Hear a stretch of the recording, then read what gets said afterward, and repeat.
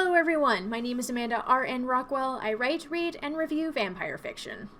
So this week is not going to be one of my normal videos because something happened earlier this month and I really felt the need to talk about it.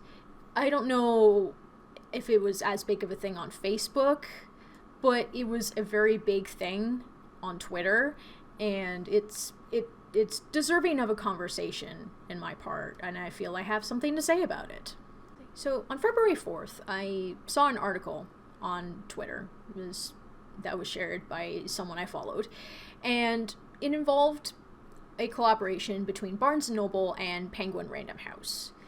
This collaboration was a sort of diversity covers initiative in which the covers would feature characters with diverse skin tones and appearances, and they were to be unveiled during an event at the Barnes & Noble location on Fifth Avenue in New York City on February 5th.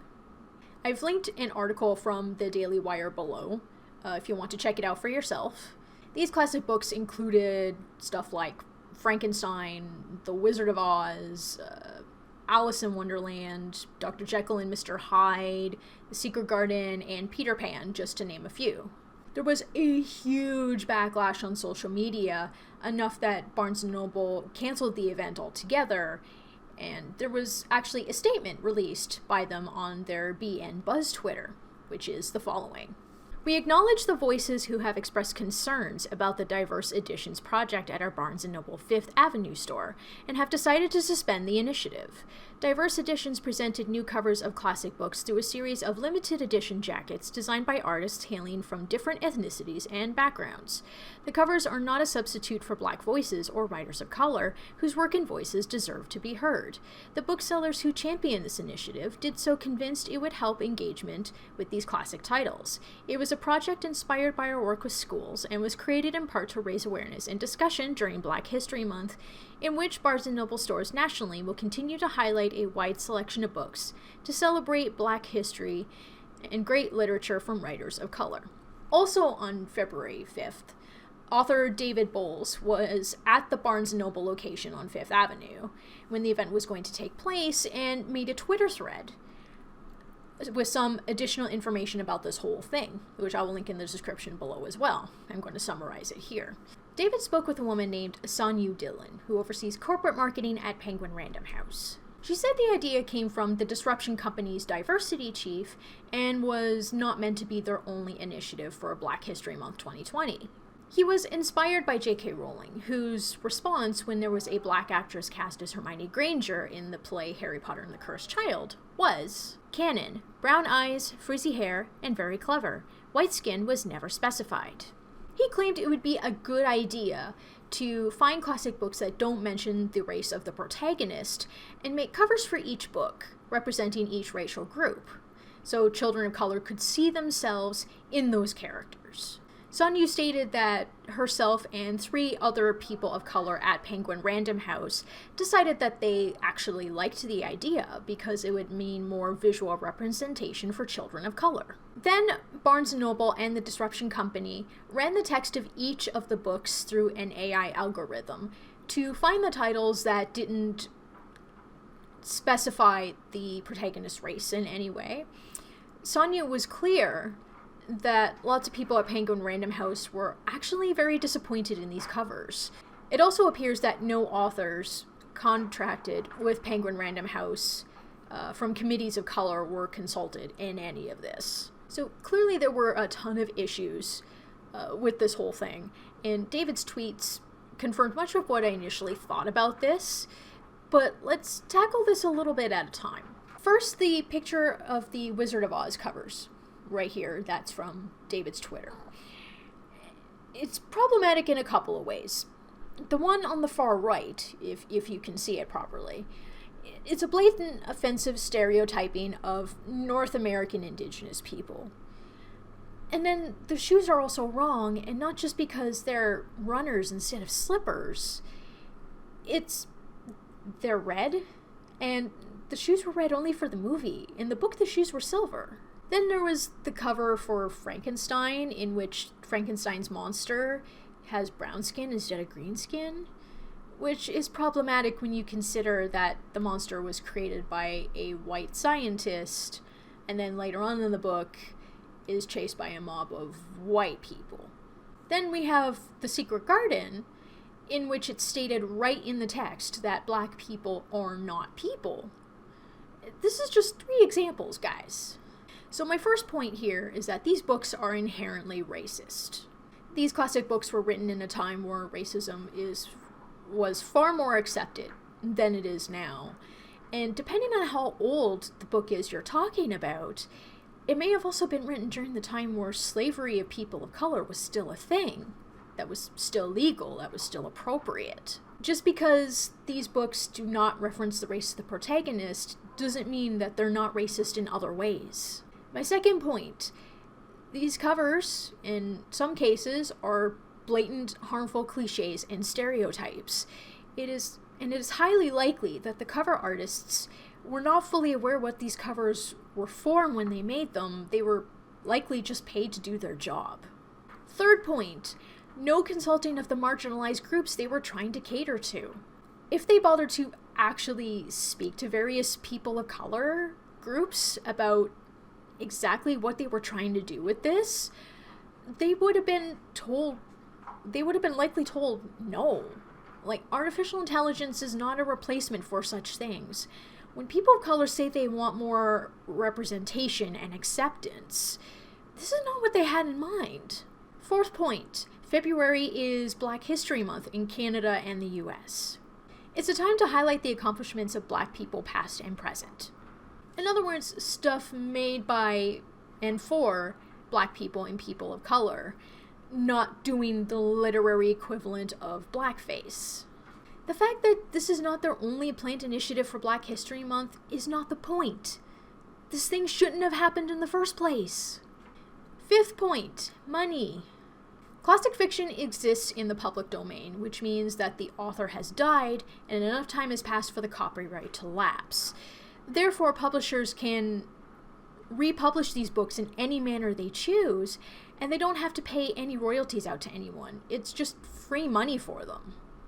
And my sixth point with this has to do with the guy that thought this whole thing up in the first place. When you look up the diversity chief of the Disruption Company, you get this guy. A white man, clearly. Who is shocked by this? That's right, nobody. Now, this is not to slam him personally. The point here is that white people like him, like me, maybe you if you yourself are white, are raised with a certain amount of privilege because of our skin color.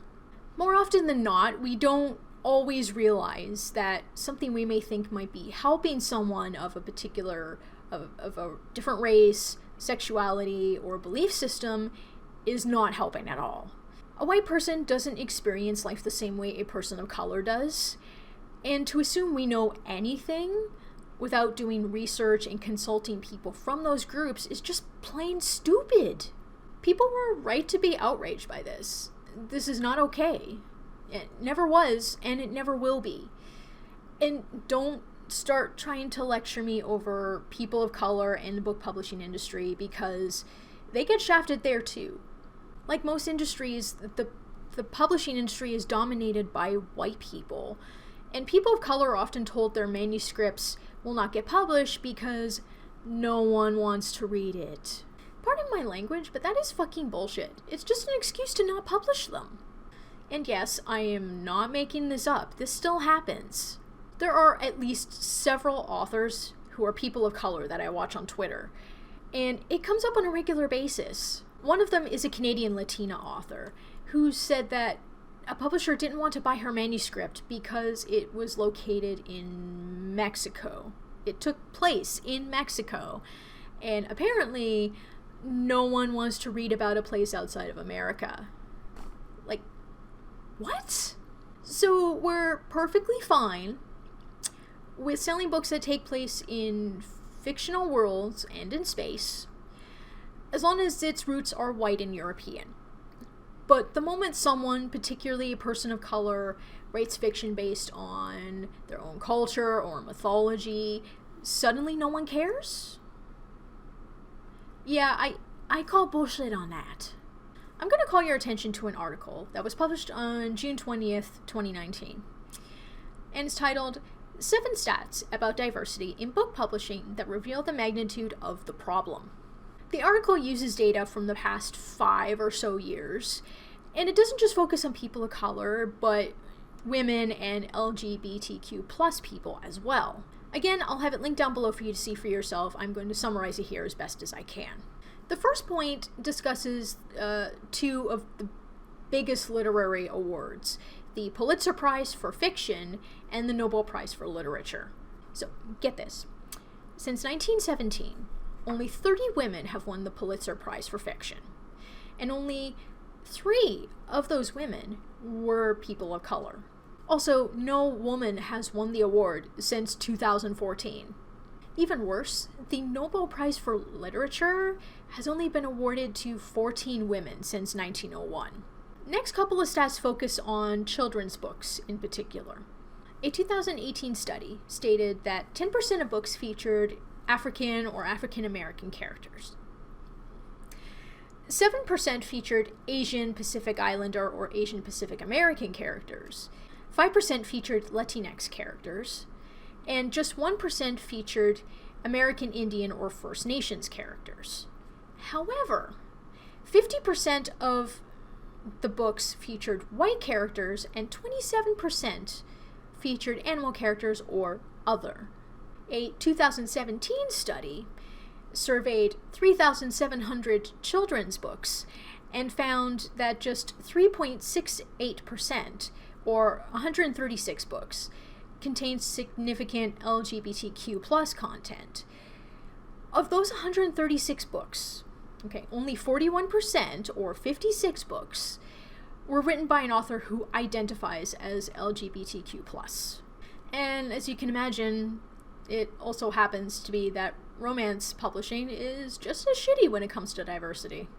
A 2018 diversity report, released annually since 2006 by the owners of the romance bookstore The Ripped Bodice, found that every 100 books published by leading romance publishers in 2018, only 7.7% were written by people of color. This compares to 6.2% in 2017 and 7.8% in 2016. To partially reiterate one of my earlier points with this next set of stats, a 2015 study by Lee and Low, America's largest multicultural children's book publisher, determined that 79% of the overall industry, which includes executives, sales, marketing and publicity, and reviewers, are white. Though cisgender white women have a higher level of representation than other aspects of the industry, making up about 78% of people working in publishing, the overall industry is 89% heterosexual, 96% non-disabled, and 99% cisgender. A study conducted by nonprofit organization VITA in 2017 about gender disparity in literary reviewers at major publications, wow, that's a mouthful, revealed that 8 of the 15 publications surveyed, with those publications, 8 out of 15 surveyed, less than 40% of reviews were by women. And to make it even worse, only 22 pieces were written by non-binary people, amounting to less than 1% of each publication's overall output. Then finally, we have the Pew Research Center, who released as a result of a survey that they conducted in October of 2015, and found that the average American reads about 12 books a year, with a median of about 4 books. However, the numbers for Hispanic and Black non-Hispanic people were lower, about 8 books a year versus 13 for white non-Hispanic people. Pew's more recent survey, conducted in January of 2019, reveals that audiobooks are on the rise, which, I get it, lots of people love audiobooks. It's up from 18%, up to 18% from 14% in 2016, with Latinx readers embracing the format more than any other group. Now, the article does acknowledge that traditionally books have been marketed primarily towards the white demographic. There's also not that many books written for people of color or by people of color, so that doesn't count for some of what we saw here. Nonetheless, these numbers prove that book publishing, like a lot of other industries, has a long way to go when it comes to diversity. Now, this next little bit is just my opinion, so I don't have anything to back this up. But I suspect this is probably one of the big reasons why self-publishing is becoming such a big thing in recent years. Book publishing is a very, very competitive business. And if a publisher has any doubt that your book is going to sell at all, they're not going to buy it, even if that doubt is influenced by stuff like race or religion or culture. Sure, there are instances where there's a book that was self-published first and then acquired and republished by a traditional publisher. Evan Winter's The Rage of Dragons is the one most recent example that I can think of off the top of my head. But that's the exception, it's not the rule.